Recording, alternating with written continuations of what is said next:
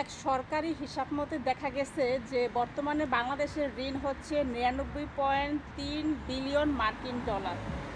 আর বিগত 16 বছরে বাংলাদেশ থেকে পাচার হয়েছে 94.3 বিলিয়ন মার্কিন ডলার, মানে সরকারি হিসাব মতে। তো সরকারের হিসাব তো আসলে সবসময় ঠিক হয় না। তা যদি বেসরকারি হিসাব মতে আমার মনে হয় যে 150 বিলিয়ন মার্কিন ডলারের মতো হবে আর কি। তো এই টাকাটা বিদেশে পাচার না হইয়া যদি আমাদের দেশে থাকতো, এই টাকাটা যদি আমরা আমাদের দেশে কাজে লাগাইতাম, কত বেকার আছে, একটা বেকারদের যদি আমরা কর্মসংস্থান করে দিতাম। বাংলাদেশে এমন অনেক অঞ্চল আছে যেখানে এখন পর্যন্ত বিদ্যুৎ পৌঁছায় নাই, বা গ্রামটা উন্নত হয় নাই, কারণ গ্রামের রাস্তাঘাট ভালো না, গাড়ির যাতায়াত করতে পারে না।